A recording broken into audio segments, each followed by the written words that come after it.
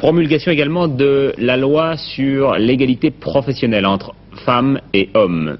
Juste quelques chiffres. Les femmes constituent 44% des travailleurs, mais aussi près de 60% des chômeurs et 75% des smicards. La loi Roudy veut désormais supprimer la discrimination en matière de formation, de qualification et de promotion. Corinne Berthuis. Un cadre sur 6 est une femme. Ce chiffre l'atteste, l'égalité pour les femmes chez les cadres, ce n'est pas pour tout de suite. Bien sûr, elles ont désormais des diplômes équivalents à ceux des hommes. Ça a été leur principale conquête ces 10 dernières années. Grâce à eux, elles ont eu accès à une hiérarchie qui leur était jusqu'à présent interdite. Mais très vite, à compétences égales, leur carrière stagne, la discrimination reste la règle. Le salaire des femmes cadres est en moyenne inférieur de près de 40% à celui de leurs collègues masculins. Les femmes les mieux payées culminent à 30 000 francs par mois. Mais c'est surtout à l'embauche qu'intervient le barrage sexiste.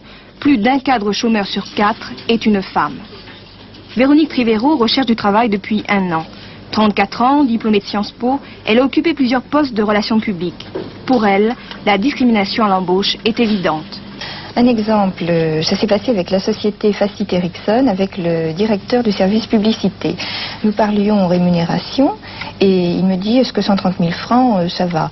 Je dis oui, 130 000 francs, c'est dans les zones de rémunération auxquelles je prétends. Et alors, à ce moment-là, il m'a bien regardé, il m'a dit, mais vous savez, 130 000 francs pour une femme, c'est un salaire attrayant. Bon, vous n'avez pas insisté? Je n'ai pas insisté, non, parce que travailler dans ces conditions, ça laisse supposer un avenir pas très réjouissant. À votre avis, pourquoi les employeurs n'aiment pas les femmes? Qu'une femme qui arrive à un niveau cadre a quasiment 2 vies, c'est-à-dire d'une part sa vie professionnelle et d'autre part l'organisation de sa maison.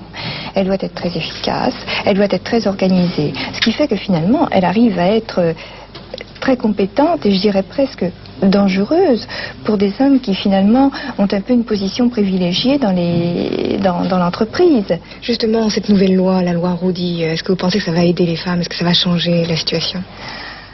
Il y a déjà eu beaucoup de réglementations dans ce domaine et on voit les résultats aujourd'hui. Un problème, moi, un risque plutôt que je vois dans cette loi, c'est que finalement les employeurs qui ne souhaitent pas avoir davantage de tâches administratives vont recruter de moins en moins de femmes. C'est un des très gros risques de cette loi. En plus, elle est extrêmement formelle et le problème de l'emploi des femmes est avant tout un problème de mentalité, je dirais. Article 1er de la loi Roudy, nul ne peut mentionner dans une offre d'emploi le sexe du candidat recherché.